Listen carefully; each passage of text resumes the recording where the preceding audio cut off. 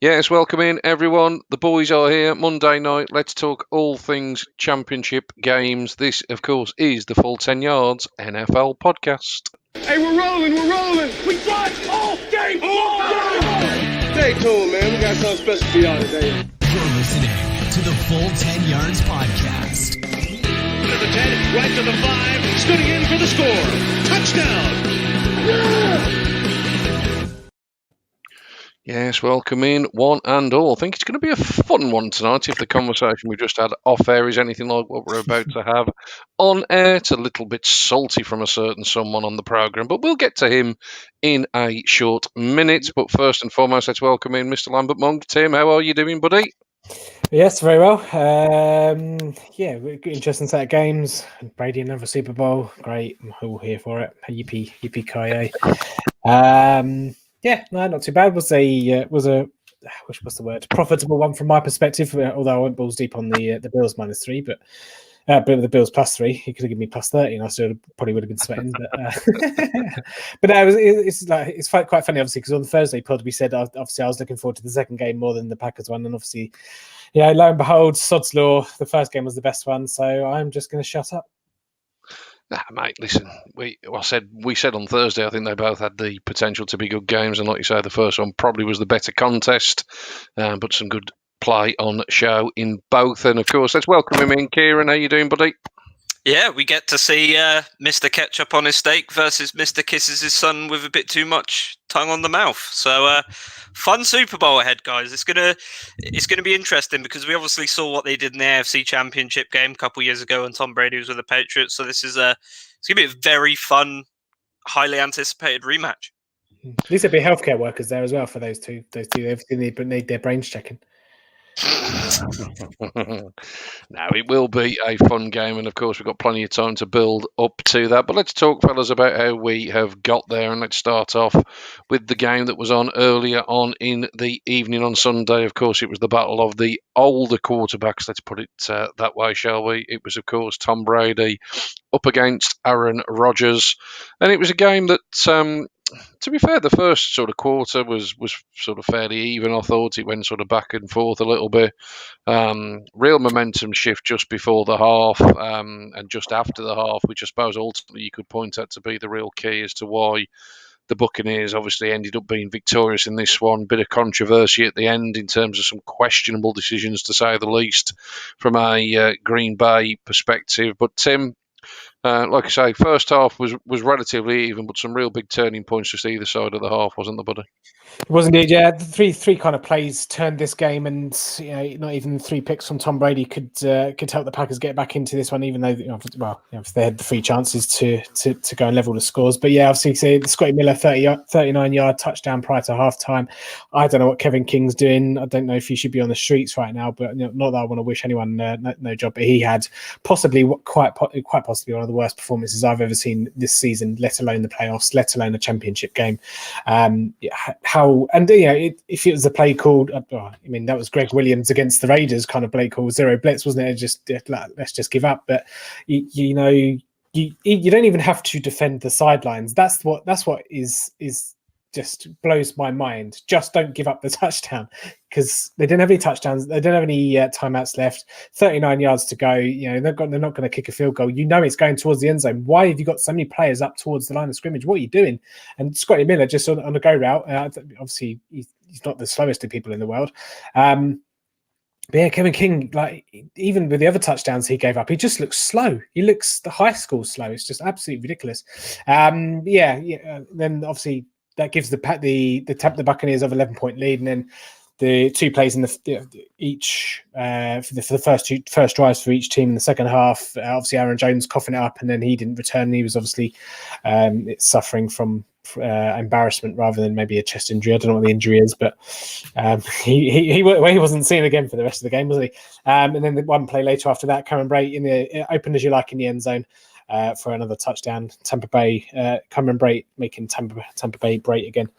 And then that kind of felt like it, didn't it? You kind of thought the Packers needed to score on that opening drive, at least a field goal, and then to make up for it, Matt LaFleur decides to go for a field goal late on. to make it a 5.5 point game. I mean, he did it late in the first half as well. They kicked a field goal after they got down to within goal to go situations twice. They got there and kicked field goals after 5 out of the 6 passes to Davante Adams. We mentioned it last week. That's all he looks at. That's all he sees in the when they get to that part of the field. But Matt LaFleur's come into it for a lot of criticism, rightly so, for that last one, kicking the field goal. But the other factor in this game as well, especially in the first half, I think, which was big for Tampa Bay, was with the third down conversions. It was 9 out of 14, I think, in total. I mean, how many drives in that first half did we see him go to Mike Evans or Chris Godwin to extend the drives? Where the Packers, because they weren't short third downs either. These were, some of them were double digits, but just extending the play. I think the Chris Godwin one was a 15-yard slant after the catch for on a 3rd and 14. That's the difference between guys that have been there. Yeah, because Green Bay were quite good on third down as well. 8 out of 14, but this is there. That's the difference between guys that have been there, done it all before, and lesser people and lesser quarterbacks would have been 5 for 14, 6 for 14, and it would have been a lower scoring game. But it was a good game. I say it was actually quite amazing, the momentum, the pendulum of momentum for each team throughout the game, because Green Bay got out and Green Bay were looking quite dominant, and then Tampa Bay swung it back and obviously had the halftime stuff that went on and put Tampa Bay firmly in the driving seat. And then say always with those 3 picks, the more picks that Tom Brady did, I think it was 3. He didn't have any in 372 passing attempts away since week 1. To then have kind of 3 in a row, or whatever it was, 3 on 3 drives. He looked vulnerable, and it was just amazing the Packers didn't make it like a square game or take the lead, because it kind of felt like they should have done to make it a proper climax of the game. But it was a good game overall. Like I say, it would have been nice from a personal perspective to see the Packers, see a Rodgers Mahomes Super Bowl, but Brady's back to his 10th. Oh, Jesus. Yeah, he certainly is. It's just frightening, the amount of stats when it comes to Tom Brady and Super Bowl appearances, isn't it? It is just absolutely phenomenal. Probably will never, ever be repeated. But we shall see. Obviously, time will tell in terms of that one. Obviously, though, Kieran Timms alluded to it there. The second half for the Bucs, outside of that first drive, which obviously was just one play to Cameron Brate following the fumble. It was just one pass and that was it. Job done. The rest of the second half was, anything but rosy in the garden, to say the least. There was a number of interceptions that were thrown. In terms of moving forward for the Buccaneers, you would imagine that when we get to 2 weeks' time, they're not going to be able to afford to turn the ball over with such regularity there. Anything that you think that the Bucs should be concerned about? Obviously, they got the win, and that's the main thing. But in terms of coming out of that game, anything that you think they should be a little concerned with? Ball security is the big one, especially from Tom Brady. You can forgive the first pick, but the second two were just egregious. And a man who's been in the league longer than most of his fans have been alive at this point probably shouldn't be throwing picks like that. There's just you shouldn't be doing that as a veteran quarterback. I'm not even a quarterback, and I wouldn't throw picks that bad. So we did see playoff Brady, though. He threw a pass to a small white guy, 6th round pick out of a Mac college. Seems just like the thing for his career now. They've got to be under 6 foot, and they've got to have been at a terrible school and drafted in the 6th round or later. So, congratulations, Tom Brady, for keeping the tradition alive. I just like the Bucs game. I will say, I think Helena and Tony in the chat will be Team Kieran after this, because we have the one Aaron Rodgers interception that went to the Jamaican Bakery. Can anyone tell me why he's called the Jamaican Bakery? Jamaican Bakery? No. Bunting. Brilliant. Awful. Yeah, awful. So, I thought I just had to throw it out there. The biggest disappointment of this game, personally, though, was Matt LaFleur. That, you've got Aaron Rodgers, who in many people's eyes is the GOAT. I know, obviously, Tom Brady's the GOAT, but a lot of people look at Aaron Rodgers as a more complete quarterback and a better quarterback. And when you've got him on the goal line, the worst thing that happens is, you back the Bucs up even more. And Leonard Fournette wasn't exactly gashing them all game, and neither was Rojo. So, I don't know, man. I didn't like the call for the field goal from Matt LaFleur. Yeah, and Aaron Rodgers himself, he had a absolutely phenomenal game. Let's not just because he lost, let's not ignore how great Aaron Rodgers was all game. He was 33 of 48, 346 yards, 3 touchdowns, and that lone pick to the Jamaican bakery. But this loss is on Matt LaFleur. He had, a generational talent quarterback close to the end zone and decided to kick a field goal. It's a disappointing way for the Packers to go out, and it was reflected in Aaron Rodgers' post-game press conference where he said, he might not be there next year, which is perfectly understandable when something like that happens. But yeah, I'm excited to see what the Bucs do next round. Hopefully, the defensive pressure they were sending against Green Bay, I think, is going to work very, very well against Patrick Mahomes. I'll get onto that more when we talk about the Chiefs game. But yeah, I think as long as Brady sort of... Look, I've said this, Bruce Arians hasn't been using Brady correctly all season. Brady and Belichick, he would take what the defense gave him. Too many times this year, he's been trying to force the ball downfield, and I know he's the GOAT, but, I've got noodles in my kitchen with better arm strength than him. So it's tough. I think maybe they game plan a bit better on defense. And just you've got 2 amazing backs in Rojo and Fournette. They just need to keep the ball out of Patrick Mahomes' hands, because I don't care who you are, when you've got a guy like Tyreek Hill who can just take off and open up the field, all they can do is just limit the time of possession the Chiefs have, and because they have that one play ability, you've just got to limit any time they get on the ball.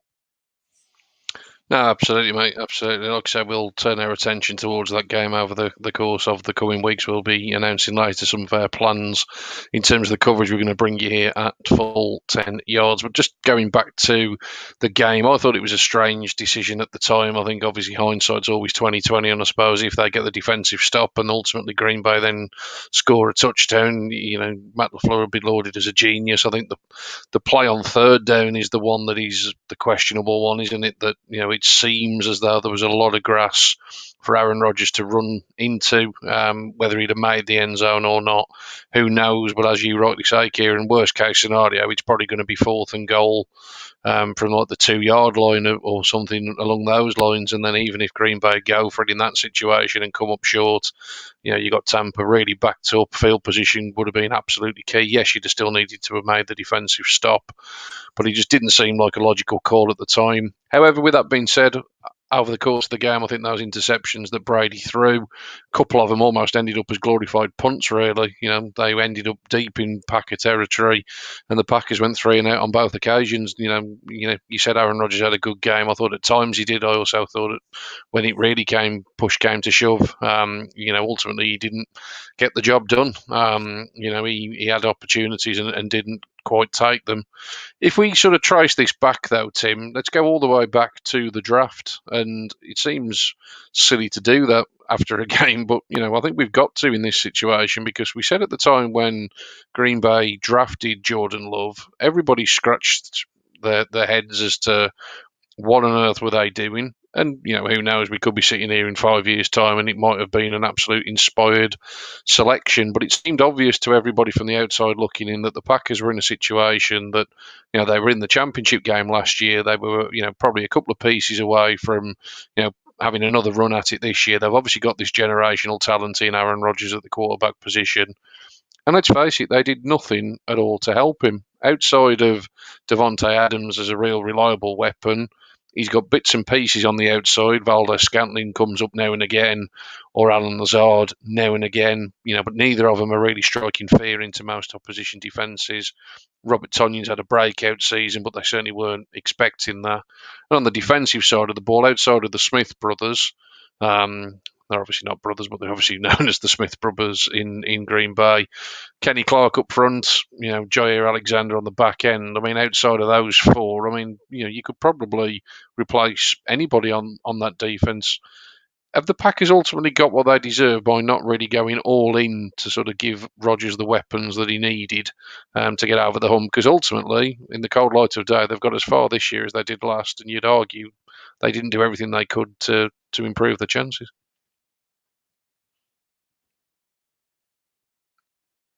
You're on mute, Tim, I think. That's because I sneezed.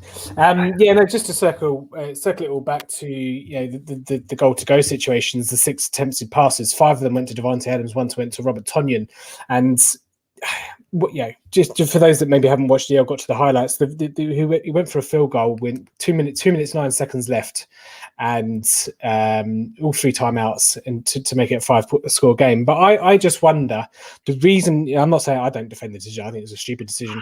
But I just wonder if he's made that decision because the Buccaneers scouted everything that Davante Adams has done in that end zone. Because there was that one play where it was kind of a wrinkle on what he got with Jalen Ramsey last week. I think it was at Bunting or something. Or the corner of Tampa Bay just snuffed it out, perfectly. Like I say, the run game had absolutely nothing going. Jones, Dillon, and Jamal Williams literally got nothing to write home about. I just wonder if he's done. He surrendered. Well, he essentially surrendered because he kicked the field goal because he knew that he wouldn't get in the end zone. Still, however many yards he was out, 6 to 8. But if you look, going back to when you passed it over to me, I'm going to read these names out from the 2020 Green Bay Packers draft, and you tell me outside the first 2 how many people have heard these people's names this season: Jordan Love, AJ Dillon, Josiah DeGuara, Kamal Martin, John Runyon Jr., Jake Hansen, Simon Stepaniak, Vernon Scott, and Jonathan Garvin. How many snaps are those guys played this year? Probably 2 players out, 3 players out of those have played snaps this season for the Green Bay Packers. You look at on the Tampa Bay side. Yes, they brought in Gronk. Yes, they brought in Antonio Brown. Yes, they brought in Tom Brady, who's obviously the marquee signing of the offseason. But reading these guys off: Tristan Wirfs, Antoine Winfield Jr., Sean Vaughn, Tyler Johnson, Khalil Davis, Shabelle Russell, Raymond Calais. They didn't have as many picks as the Green Bay Packers did in the 2020 draft, but they made a hell of a lot more difference than the Green Bay Packers ones did. And to be honest, that defense, especially Antoine Winfield didn't play in this game, but the moves they made, partly because Tom Brady was over, and it's probably a caveat for him joining. But that is how you support a quarterback. That is how you support the people that you bring in to build a team to go to a Super Bowl. The Green Bay Packers didn't do that. That is why they're not in the Super Bowl. No, completely agree, mate. And like I say, you can trace it for me all the way back to April. We keep talking about Aaron Rodgers as this old quarterback. He's obviously been put in that narrative because of how young the guys in the AFC have been. But let's face it, if Rodgers wants to play as long as Brady's played, he's got he's got 6 more years in him at least. And that's assuming that Brady goes this year. And there's now, in my mind, I don't think Brady's going anywhere. Even if he wins it, I think he's coming back. Patriots will have him. Yeah. I'm sure they will. Rodgers deserves weapons around him. We're going into a historically deep wide receiver draft class last year, and what do the Packers do? They trade up and take a quarterback who threw 17 picks and 15 touchdowns in his final season in the bloody Mountain West Conference, of all places, where the best team you're going to play is Boise State, a state known for potatoes and a blue field. It's beggars belief that they and Dallas Cowboys draft selections. Who cares about the Cowboys? Sorry, Tim. It's just a massive disservice to Aaron Rodgers, and he said immediately after the draft that he went and drank a bunch of Patron or whatever. I don't blame him. I would have gone and slammed heroin in my veins seeing that. I'd have thought, my career's over. It was an absolutely ridiculous decision to take Jordan Love. He's a fat little dude who played for Utah State, who can, in training camp, he's been outplayed by third stringers and career journeyman backups. And it's just disgusting that they've done this to Aaron Rodgers. He deserves better. The amount of talent they had at that point left in the draft, and they traded up for that fat little midget who can barely throw a football when they could have got him anyone. They could have traded up and got anyone. They could have traded up harder and got Justin Jefferson or something like that. Yet they got this terrible quarterback who's probably not going to play. And even when he does play, he's going to be shockingly bad. And I don't know who made that call, but that GM needs to be shot into the sun out of a cannon. It's probably one of the worst draft decisions I've seen since, the Vikings traded a king's ransom for, I think it was Herschel Walker they traded away, and for the Cowboys. And that was just a poor decision. But Look, you need a new GM, Green Bay, because you cannot keep doing this. And when you've got a guy like Aaron Rodgers, you can't just be like, oh, he's okay with Devontae, because Devontae's going to be double covered every single game, and he's an incredible playmaker, and he makes things happen, and he has great seasons. But he was held to 67 yards this game, and you had to have Marquez Valdez-Scantling, or however you pronounce his name, had to step up and really make plays when, you know, he's not really that equipped as a receiver to do those sort of things. So, yeah, I just think Rodgers would be best doing a Deshaun Watson and forcing a trade out of Green Bay. And just like I said with Deshaun Watson, the Patriots will accept you happily. I know right now we only have Jacoby Myers, but come on, we'll trade some picks away. We'll go up in the first round. We'll get you Kyle Pitts. We'll get you Jamar Chase. We'll get you whoever you want. Chris Godwin's coming a free agent this year. We'll get you anything you want, Aaron. But yeah, I think Green Bay fans should turn up to their GM's office with pitchforks and torches and get rid of him, because that was, you know, they've disrespected all-time great. Kieran playing Madden there, and just a disclaimer, ladies and gentlemen, do not do heroin. Oh no, that's heroin. It's a French beverage. Hero wine. Yeah, exactly. It's called Buckfast. Plenty for the Packers to ponder in the off-season, that's for sure. I'm sure that they'll be a little bit more aggressive. I mean, we can talk about it more in the off-season. I don't think Rodgers is going anywhere. I think that's a motion at the end of the game.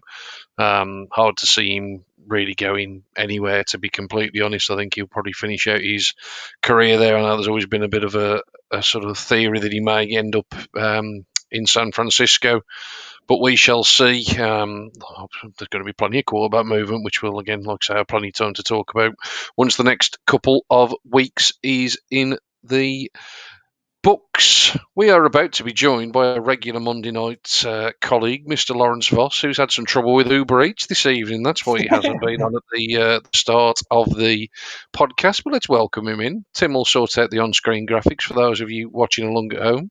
Lawrence, how are you, buddy? Oh, that's a terrible position for it to freeze. How are you, Lawrence? He's gone. He's gone. Lawrence, are you with us? He's sleep podding.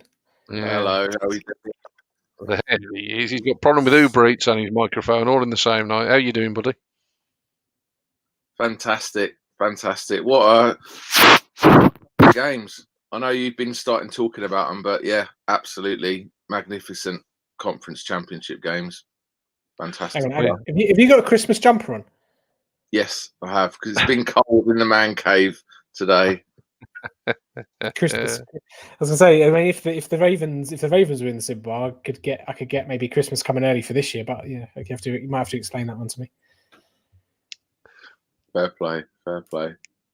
He's got his Anquan Bolden out behind him. He's still very much on that Ravens train. You've just joined us, mate, as we're just about to move over to the AFC. And, of course, we're going to talk Bills and Chiefs. Ended up quite a comprehensive scoreline, really, 38-24. Doesn't necessarily tell the full tale. A number of those Bills points come in essentially in garbage time after they got off to a very, very good start in this one. Got up to a 9-0 lead, but very quickly, as they seemingly can do at will, the Chiefs scored pretty quickly and pretty consistently.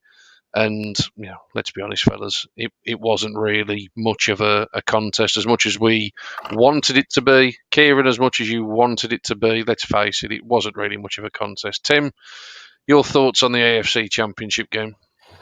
Yeah, it was a bit of disappointment, not going to lie. Well, I think from a neutral's perspective, and I think that a theme of the off season, I mean, the question has always been, how far has Josh Allen actually come this season? Obviously, he's come a long way. We obviously saw how he went out of the playoffs last year, and I think, you know, the majority of you wouldn't have been shocked by this performance because it was a championship game. It's his first one. It was something that was new to him, and there were moments where you did see a 2019 Josh Allen where, you know, he took 15, 20-yard sacks, and he, you know, if it wasn't for him floating or, you know, hovering along the floor, he would have been stepped out of bounds, and it would have been an incomplete pass on that weird throw through. But yeah, like I say, with the Chiefs, we've seen it all before with them last year. Another 21 points in the second quarter. That was all she wrote. That's all they needed. Mahomes clearly, obviously, immune to turf tone, or the drugs that he's been injected into his foot worked absolute wonders, because you wouldn't even know that he, if you would have been told before the game that he had turf toe, you wouldn't know. But I just want to point out one player that I kind of want to just say, kind of well done to another youngster, Mecole Hardman, who would have learned a hell of a lot in that game. Obviously muffed the punt early on when it was kind of looking a bit dicey for the Chiefs. They focused him on the sideline. He went under his coat and tried to hide, and invisible cloak like you see in the movies. But his teammates rallied around him. He then comes on, has a 50-yard rush on a jet sweep or whatever it was, and then scores a touchdown as well. So shout out to him. But Josh Allen, as much as he peed down his leg a little bit, the rest of the team didn't really help him. I think that's mainly down to the Kansas City Chiefs defense. It's amazing how statistically they're by far the best defenses in the league, either against the run, against the pass, or what have you. But it's amazing how one game they can just put it all together, and they can nullify. I know Stephon Diggs still had a fairly decent game with 6 receptions, about only 77 yards, and didn't find the end zone. Just needed essentially that's all they needed to do. They didn't have a run game. I predicted before the week started, that Josh Allen would be the longest rusher of the weekend, which he ended up doing. But that's unfortunately that wasn't enough for them. Devin Singletary couldn't get anything going, and I thought I was in 2014 when I saw TJ Yeldon catching and taking snaps and catching passes out the backfield, and I wondered if I was if it was the Jaguars back in, was it 2017 championship game. TJ Yeldon being in a championship game is always a sight to behold. But yeah, shame for the Bills. But I think, again, if Josh Allen can learn from what he did last season on how they went out, and learn from this game and come back again, I don't see why he can't be in multiple championship games and maybe even Super Bowls, because just for Kieran's sake, because I don't want him to get a tattoo on his forehead. Yeah, we all remember that. We do all remember that. I think the AFC is absolutely loaded with young quarterbacks, isn't it? It seems to be very lopsided, actually, if you look at the quarterbacks and the age that they are, that the AFC compared to the NFC right now in terms of the sort of young guys and the longevity potentially at the position. Certainly more teams in the NFC with questions. We'll talk more about the Chiefs' offense, Lawrence, in a minute, because let's face it, when you've got the likes of Kelsey and Hill and as Tim rightly pointed out, Mecole Hardman had himself a game as well. They get lots and lots of plaudits and lots of praise, and rightfully so. But I think last night it was essentially the defense that really came to play. And as Ross says there, I think the Chiefs' defense yesterday, particularly impressive. Snead and Honey Badger at the back end of the defense. I thought Brashawn Breeland had a good game as well. He was very aggressive. Frank Clark had a good game as well. Yeah, very, very impressive from all of the sort of Chiefs defense, to be honest. And, we said last year, and, I've consistently said it throughout the year, that they were essentially able to bring everybody back. The offense that was great last year has just continued to be great this year. Clyde Edwards-Helaire hasn't necessarily taken it to the next level as the preseason hype would have made you think he was going to, but he certainly complemented what was already there, and he's found himself a role to play there. But defensively, Lawrence, I think they've improved massively from the start of where they were last season, and if anything, this is now a more complete team than it was this time 12 months ago. Yeah, and it's the experience as well. The Chiefs have this incredible quality. They almost need to go down. They almost need to be down by double digits to wake up. Maybe they kind of go, oh, we'll spot you 10, we'll spot you 40, we might even spot you 17. Hey, we're feeling in a good mood, and it kind of doesn't matter, because that mentality that Mahomes has got and that offense, that they can just score at will, but they need that defense to complement that. And the likes of for me, there was a lot of Anthony Hitchens kind of around making decent tackles. As you say, Honey Badger is starting to become a bit of a legend already in his lifetime, and you know we're going to be starting to have, you know, it's not a Hall of Fame yet, but he's on that track. He's on the Canton track at the moment as he's going, and Frank Clark as well, just a pest. And then if you remember last year's Super Bowl, Chris Jones' stats were nothing, but he was a huge influence. And again, in this game, Chris Jones, you know, arguably behind Aaron Donald, one of the best interior defensive linemen in the league. What did he end up doing in terms of the stat sheet? Not a fat lot. But what does it mean in terms of the importance of the game? He's there. It's that entire unit has played, and they have kept relatively fit. I mean, you look at, I don't know whether you covered or not the fact that Bucks lost both safeties and still managed to kind of get a bit of sticking plaster and tape to sort of get through it. Whereas this Kansas City defense, they haven't really lost anybody, and they're just absolutely on fire.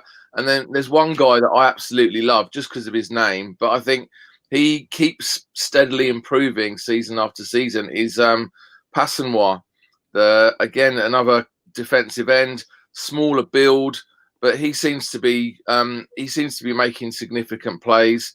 He ends up with a sack on the game as well. So yeah, absolute credit to that Chiefs defense. It's not what anyone's really going to be talking about over the next 2 weeks. We know exactly what the conversation's going to be, but yeah, you've got to look at, you know, even Dirty Daniel Sorensen. You know, if he hunts a few heads in the Super Bowl and the Chiefs lift their second title in a row, no one's gonna call him dirty anymore. The Chiefs fans will just call him a legend. So yeah, it's very, very good performance. And as you say, the Bills kind of getting, you know, that there's all, you know, 9 points in the fourth quarter to kind of flatter the score slightly. It wasn't. This was a domination. This was a domination by the Chiefs defense and the Chiefs offense. Yeah, no, absolutely. I think it certainly was a statement. I mean, not that the Chiefs needed to make one, but you know, they've probably had their cages rattled a little bit with some of the talk in the press over the last couple of weeks. You know, a lot of people were high on the Browns' chance. You know, last week, obviously after what they did to the Steelers, ended up being a close game. But you know, I think Kansas City always had it. You know, really the Browns at arm's reach, if I'm being completely honest. And you know, that's obviously with my biased head on. You know, I thought the Chiefs had some more gears to move into if they needed to, but last night, like I say, was just a complete domination. The offense, like I say, it is just so scary, isn't it? There's nobody that can match up to Travis Kelce.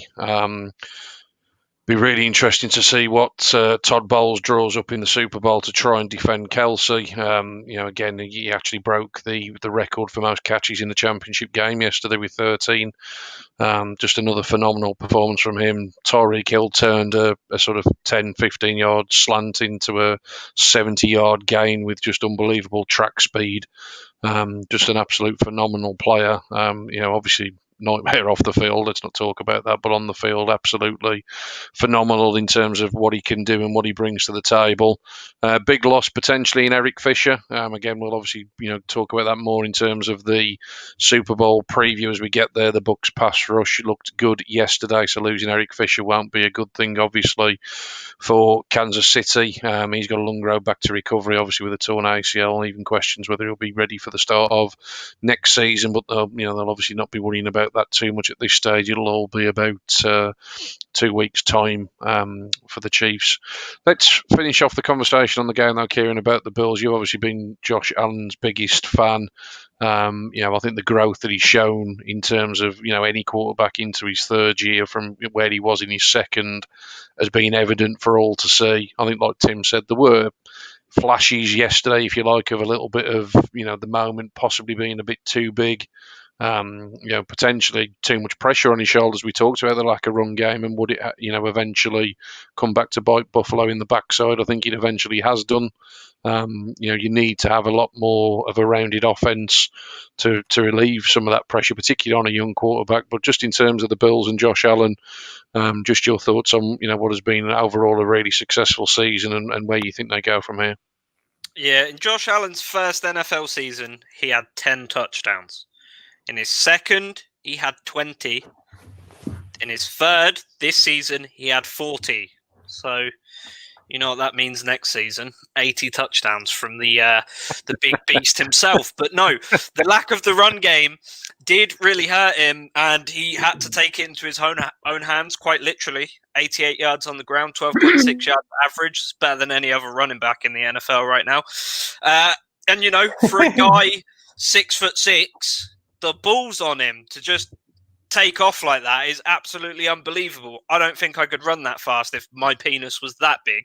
But he then threw for 287 yards, 2 touchdowns. Very unfortunate pick. But the biggest problem I saw with this whole game was the Bills' defense, because in my mind, they were sending 4 every single play, and they're basically running 2 high safety shell almost every single play.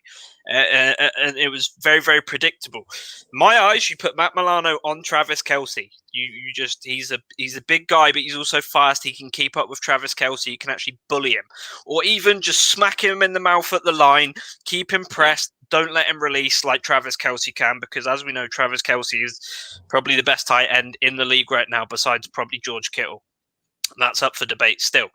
The Bills' defense was predictable early. The Chiefs figured them out by the end of the first quarter and then put up 21 points in 15 minutes, which, we're kind of used to seeing from this Chiefs team. But 10 minutes. Whatever. I can't even read, so don't rely on me to tell the time.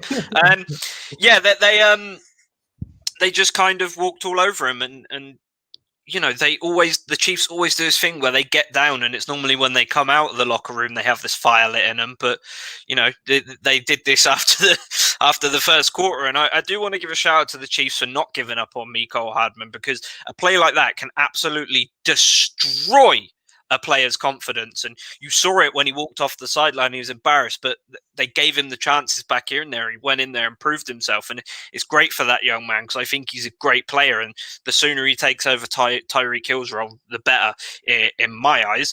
But yeah, the way this game went, the Bills were so predictable early. Like I said, you got to get a guy like Milano to stick at the line, try and jam Travis Kelce, stop letting him release into the middle of the field. And the fact that they run that 2 high safety shell almost every single play, and they ran zones, I think something ridiculous like 72% of the game. You can't play zone against the Chiefs with how quick the cuts are and how explosive their receiving core is. You cannot do that. You have to play man against the Chiefs. And I know you're thinking, how are you going to play man against like a Travis Kelce or a Tyreek Hill? Simple. You peel a safety off, put him over the top of Hill, and then you put a cornerback underneath him. Same with Kelce. You put a safety on top of him and a linebacker underneath him. There's so many ways they could have shut down this offense, but just nobody's had the answer. And I think the Bills gave it a good old college try, but this isn't college, guys. This is the NFL, and they need to really work on their defense coming into next season. In my opinion, Bills are still a favorite for me for next year's Super Bowl. It's hard to do a 3P. It will go to 3 Super Bowls in a row. Just look at the Patriots, best team that's ever taken the field. And even they struggled to get back to 3 Super Bowls, much less 3 Super Bowls in a row.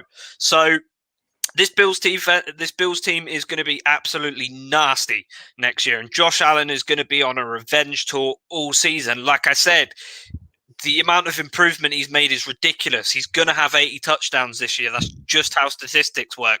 And then the fact that no one's paying attention to this besides someone like me who has no social life, or because I live in a country where I have no friends, America, land of the free, home of the too much free time to watch quarterback throwing mechanics. Josh Allen has changed his whole throwing mechanics. in one off season. Bear in mind, an off season where you haven't had proper OTAs or a proper preseason or anything like that. He's literally changed his entire throwing mechanics. He doesn't do that weird front hop step. And I know this game isn't the best example of it, but he's so much more accurate. He's an absolute menace. And yeah, he kind of like gave up a couple sacks that he really shouldn't have for big losses of yardage that really, really hurt them. But I think it's like what I've been saying about Washington. Washington are a quarterback away from being Super Bowl champions, and I truly believe that. I know Lawrence will enjoy that. But I think the Bills are actually just a running back away from being Super Bowl champions. They've got Stephon Diggs. They've got Cole Beasley, but they don't have a guy in the backfield who they can line up out there and who's actually a legitimate threat, who's going to get yards and who's going to make defenses think. They knew that they only maybe had to worry about Josh Allen taking off for a run, which is what, even then they didn't quarterback spy him much. But yeah, this Bills team could potentially be the next big dynasty in football if they just get a running back. That's all they need. This game, the Bills would have won this game if they had a running back. And I know you're going to scoff and laugh. Oh, it's the Chiefs. We love the Chiefs. No, bollocks. If the Bills if the Bills had a top running back like a Le'Veon Bell or maybe even a Clyde Edwards-Helaire, if they had a good running back who they can, count on to pound the rock, they would have won this game. I even said before the game, screw this whole, we'll take TJ Yeldon, and he was good 5 years ago, and Singletary can kind of carry the ball without fumbling. Stick Cole Beasley in there. Why not? He's fast. He can take a hit. He would have at least got 50, 60 rushing yards, and that could have been the difference between win or loss for this Bills team. So, two teams to watch out for next year. Washington when they get a quarterback and Bills when they get a running back. Because if this Bills team gets a running back, they are deadly. I mean, there's quite a lot to unpack there, isn't there? Yeah. I mean, firstly, I just want to point out, if the Washington football team or whatever they are, whenever the time comes, if they win the Super Bowl before the Baltimore Ravens, we need to have an hour podcast just on Lawrence, just to see, and just to get to break it all down. Secondly, and I'll be naked, by the way. Oh no! Cancel that pod then. No, we stream it on Pornhub. It's fine. And just a shout out to Cole Beasley. I don't think he could have played much running back in that game. He played the last 3 games with a broken leg. So shout out to him as well for not only being a rapper and bringing the sauce every week, for toughing it out. For someone that's probably my size, I won't necessarily say my weight, and he obviously he's probably got a tiny bit more athleticism on him than I have. But to play 3 games, just a little bit, just to play the playoffs with a broken fibula or whatever. Fair props to you, sir. No, absolutely, and look, Kieran, love the passion as always. The Chiefs would have won this game regardless of who was in the backfield for the Bills. I'm sorry, the Chiefs are just by far the better side at this moment in time. Travis Kelce, I don't really think it's a debate, to be completely honest. He's by far the best tight end that's out there at the moment. You've only got to look at the numbers that he's put up this year. He's just record after record after record. He's been absolutely phenomenal week in and week out. And, look, most of the talk, I'm sure, in the next 2 weeks will be about Tom Brady. It will be about the Bucs. It'll be about the fact that they're playing at home and all of the rest of it that goes with it. Make no mistake about it, the Kansas City Chiefs are big favourites going into this game, as far as I'm concerned. I don't think that's up for debate. We've talked about the MVP race, and we try and put other people into the MVP debate. When we talk about Aaron Rodgers, we talked at the sort of halfway stage of the season about Russell Wilson. Like him or not, he can have ketchup on his steak as much as he wants. That guy has just won 25 of his last 26 games that he's played. Doesn't matter, he's still a wrong one. Wrong or not, mate, get him. I'll tell you what. You say that the Patriots will take Aaron Rodgers and they'll take anybody that's coming. Let's make one thing clear: Patrick Mahomes will never, ever, ever be on the free market, because the Chiefs will nail him down for the rest of his career. Let alone his 10-year contract; they'll be extending that again if he carries on at this rate. Just a point on Buffalo, before this becomes into a Buffalo bashing contest, and I know it wasn't much of a contest, but the one thing I will say is, going into the fourth quarter, there were only 2 scores down, obviously two touchdowns and 2 2-pointers, but they were still within 2 scores and driving until these Allen's fourth quarter interception. So, like I say, that, as bad as they were and however outclassed they were for the whole game, there were only still 2 scores. Get 3. How many times do you get 3 or 4 possessions in the fourth quarter? If they score that touchdown rather than an interception, whole different ball game. If you're in a championship game in the fourth quarter, don't care who it. Buffalo should at least if they're going to take a positive from that. Obviously, it's Josh Allen's trajectory and his progression, but it's also the fact that they were it's still in the game until that interception in the fourth quarter. I kind of get where you're coming from, but I'd also counter that with, if you're playing still at this stage of the season, you should be within 2 scores. It should be the best 2 teams slugging it out come the end of it, and it should be a close game. Unfortunately, like I say, it did feel like a little bit of a blowout from the minute that the Chiefs got the noses in front, and ultimately it was relatively comfortable. I mean, it'll go in the book as a Josh Allen interception. I think for what it's worth, he was unlucky with that one. It obviously got deflected, didn't it? So, that was a little bit unfortunate. But, Chiefs still, for me at least, class on. You say that though, but the Buccaneers were blowing out of Green Bay until Tom Brady started throwing three interceptions. So you could say all it takes, right? So hypothetically, Josh Allen scores that touchdown, they get the 2-point conversion. It only takes Mahomes to trip up and fumble the ball. It only takes one little thing to then go back the other way. Momentum is huge, don't get me wrong, but there's no substitute for points being already on the scoreboard. Yeah, absolutely. Yeah. And like we talked about with the Green Bay game, ultimately people all want to sort of question the decision to call pass interference at the end. People can talk about the field goal decision. The reality is that when they were 5 points behind, the Packers had 2 drives and they went 3 and out when trailing by 5. The points on the board is the key thing. And, even at 16 points behind, I know what you're saying. Technically speaking, 2 scores and all the rest of it, but it was a long, long way back, and ultimately they never got back. Kieran, I can see you do want to make a point, mate, but I am going to move us on just for the interests of time, and we're not going to get into it in a great deal of depth, fellas, because we've got 2 weeks to build up to it now, and we will certainly be doing that. And like I say, we will be letting you all know very shortly what the plans are from the gang over the course of Super Bowl week. But just very quickly, fellas, just really interested from a snap point of view, where you think the Lombardi Trophy will be residing once we are back on the air in 2 weeks' time and the big game is done and dusted. So, Lawrence, let's come to you first, buddy. Where do you think Super Bowl 55 ends up being won? KC. I think the Buccaneers' pass defense is opportunistic. You look at Sean Murphy-Bunting, he's not the greatest cover corner, but boy, has he come up with the goods. I mean, three games in a row, 3 picks, but he can get beaten. And I just think that Buccaneers secondary, if those safeties don't heal, they're going to be problems. They're going to be big problems. And the only thing that's going to get better is Patrick Mahomes' toe. We talk about him moving around the field. I think the reality was he still had a slightly weird gait to him. And if you look at his rushing stats, 5 for 5, he wasn't wanting to run the ball at all. He was moving, and you know how he moves, and that gorgeous little flick to Kelsey for the touchdown. But he needs to bring a bit of that movement back, and he'll like to get a few first downs rushing, and you could see that he wasn't wanting to do that. So if he heals up, I just can't see that Bucs secondary preventing him. The Bucs might go 14-0 up in the first quarter, but that doesn't really mean anything anymore if you're playing the Chiefs. Yeah, no, I completely agree with you, mate. Kieran, your thoughts? I feel like it's kind of a storybook sort of thing for Brady, and the NFL tends to play out like a movie a lot of times. So I think it'd be interesting to see. And 7 Super Bowl rings is absolutely GOAT tier. So my head says Kansas City, though. There's not a lot you can do to stop them.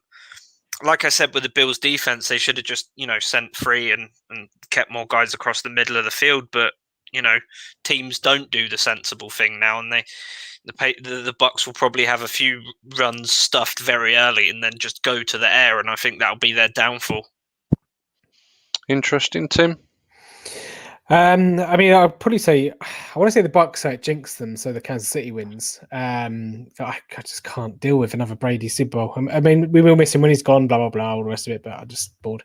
I suppose the person we really should be asking is Tony Romo, because back in Week 6 when the Tampa Bay Kansas City game finished, he said that he thinks that he thought that both of those teams would be in the Super Bowl.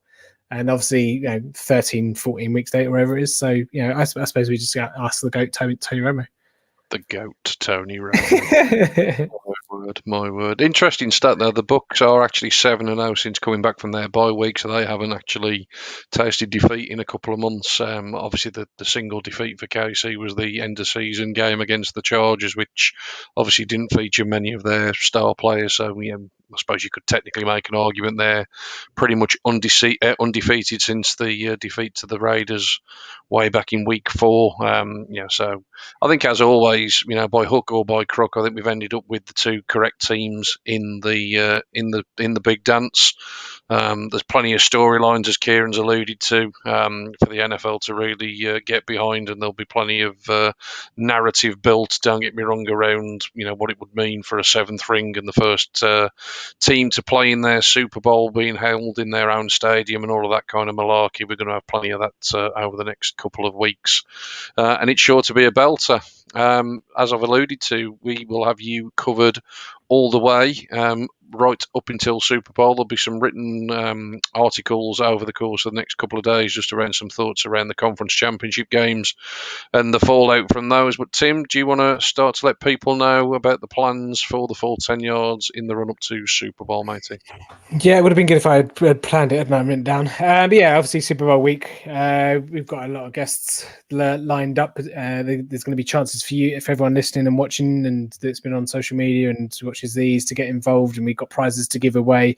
There will be content every single day in Super Bowl week. I say keep your eyes peeled on social media on how that's going to work. But like I say, we're going to get a mixture of celebrities, people well known in the NFL UK kind of community. We're also obviously going to have a full 10 yards family reunion of sorts one day, and then let's say we have a massive betting podcast sorted in the pipeline of works, and say we will have on the Wednesday of Super Bowl week. There's going to be a particularly fun thing that all you guys can get involved in. So obviously, I'll probably post something out tomorrow or Thursday, image wise, and then so quite excited to divulge all of that. But make sure you're kind of following us, and let's say there are prizes to be won, conversations to be had. So hopefully everyone can join us. Yeah, absolutely. That was a real tease, that was, mate. That you sort of said everything without saying anything there. That was marvellously well done, mate. Marvelously well done. You certainly should. But yeah, just in terms of that Wednesday in particular, something we've been working on throughout the course of the season. If you have watched any of the full 10 questions, you'll know that we like to put your NFL knowledge to the test. And as Tim's alluded to, hopefully on that Wednesday in the run-up to Super Bowl, there'll be a chance for plenty of you to join us. More details. Probably something else for Ross to win. I think Ross. I know you're watching. You winning the playoff bracket as well. I think you take us. You clean us out. He does. We might as well actually employ him. He's got that much of our merchandise. To be fair, we might as well just employ him. Probably be cheaper in the long run, wouldn't it? Yeah, he's got more than I've got. But yeah, looking forward to the course of the next couple of weeks. Like I say, plenty to look forward to and get into. Obviously, sad when we get to this stage of the year that there is only the one game left, but obviously it's the biggest one of the lot, and the one that we look forward to more than any on the course of the season, and it promises to be a belter, so fingers crossed for another good game. Yeah, Ross has just confirmed so far, ladies and gents, he's got none rung so far in terms of the pick'em competition, and I would I would hazard a guess he's gone for the Kansas City Chiefs. So if anybody's behind him, for God's sake, just pick the Bucks, regardless of what you think. Because if you want a chance of winning, you'll have no chance if the Chiefs win. Because Ross will obviously have gone, rightfully so, for the Kansas City Chiefs to win the big dance. The four of us will be back next Monday with our regular Monday edition of the podcast. We'll obviously give some thoughts on the Super Bowl. We'll talk about the Pro Bowl weekend in whatever they're going to throw out at us. Probably not for too long. I wouldn't get overly excited, but it'll be interesting to see what they actually do in the COVID year. Obviously, there's plans for the weekend, but it's all been a little bit cloak and dagger. So we'll have a little bit of a chat about that. Obviously, any news that breaks over the course of the week, maybe Deshaun Watson finds a new home, maybe the Texans hire a new head coach. Who knows? There could be all sorts of things happening in the world of the NFL. It never really rests, does it? That's it for us for the week. Obviously, like I say, keep your eyes peeled to all of the channels for the announcements around the upcoming content. Obviously, make sure that you are subscribed in terms of all of the regular podcast providers. And a pleasure as always, gents, on a Monday evening to chat with you. Kieran, enjoy the rest of your week, mate. Yeah, just before we sign off, I do need to give a crazy stat about Patrick Mahomes. Go on, then. Patrick Mahomes Let's catch up on his steak. will play in 2 Super Bowls before ever losing an NFL game by more than 1 possession. Last game he lost by more than 1 possession was in 2016 versus Iowa State, and he lost by more points to Iowa State, 56 in 2016, than he has all losses combined during his NFL career, which is only 44 points, which is crazy stat. And he's a crazy stat. He's also the youngest quarterback to have appeared in 2 Super Bowls, doing it before the age of 25. So, as much as I said that Tom Brady's 10 will never be beaten, Mahomes is making a good fist of it. We'll see how the next decade pans out for Patrick Mahomes. Lawrence, hopefully your delayed Uber Eats was worth the wait, my friend. What did you have? I had a lovely curry and some chips and a Peshwari naan. I love a Peshwari naan. None of this plain naan. It's got to be a Peshwari naan. Really important. Got 2 little things to say. Number one, Tim, in terms of my Pornhub feed, I think it will be called Buffalo Bashing. I think that is a perfect name for it. God. And number 2, just wanted to just say a tiny little story. So there I am. I'm friends with Dan Pompey, who's a famous writer on Facebook, and he put a picture up of the Hall of Fame selection meeting, which they had on Zoom. And I looked at the kind of panel. I think it's 45 journalists and ex-players and what have you that are on it. And I was like, my God, this is white. This is like looking at an American's kind of tooth, some actor or actress's mouth. It was that white. So I posted up on it. I was like, when is the point that we're going to have some equality in terms of the Hall of Fame selection panel? Because we're voting in every year a majority of African American players. So why is the panel not representative? Now, Dan Pompey didn't come back to me on his feed, but another Hall of Fame voter did, and I've struck up an immediate friendship, and I'll be speaking to him at some point this week. So hopefully we can play that during Super Bowl week. So I'm really looking forward to that. So totally by accident, but really great stuff. And I'll leave you with just one. I can't leave a podcast without a little quiz question. So here we go. Which NFL running back was on a Super Bowl roster last year and didn't play, and has made it back to a second Super Bowl on a different team, and probably will also be inactive for this Super Bowl? Darwin Thompson? No. Who did the Chiefs play last year? I can't bloody remember. Well done, McCoy. Sean. Nice. Shady McCoy. Yep, bless him. He's made 2 Super Bowls, and he's probably going to be inactive for both of them. It's because he holds the ball like this. Not a bad way to make a living.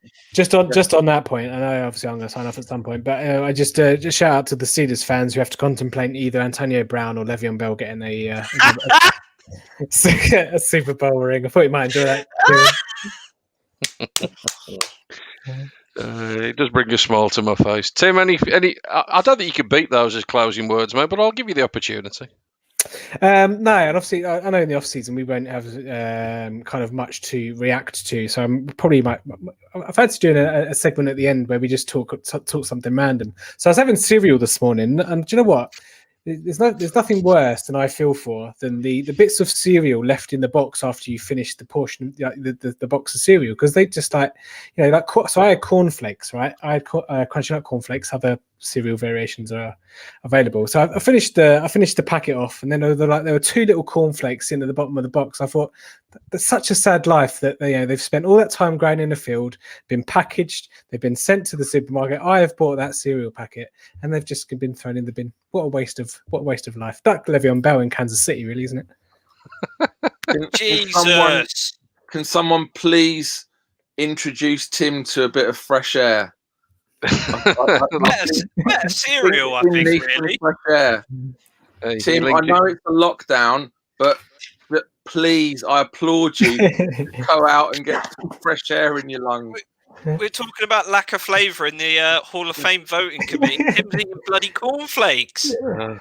He still linked it back to NFL. Always the pro, mate. Always the pro. Always the pro. Right, guys, I think we definitely better get out of here. Like I say, keep your eyes peeled to all of our social channels for info on what we'll be delivering Super Bowl week. I promise you there will be more than talk of just golf. I promise you that indeed. As always, in the great words of Mr. Kevin Cadle from the 4 of us, it is bye-bye for now. Bye-bye.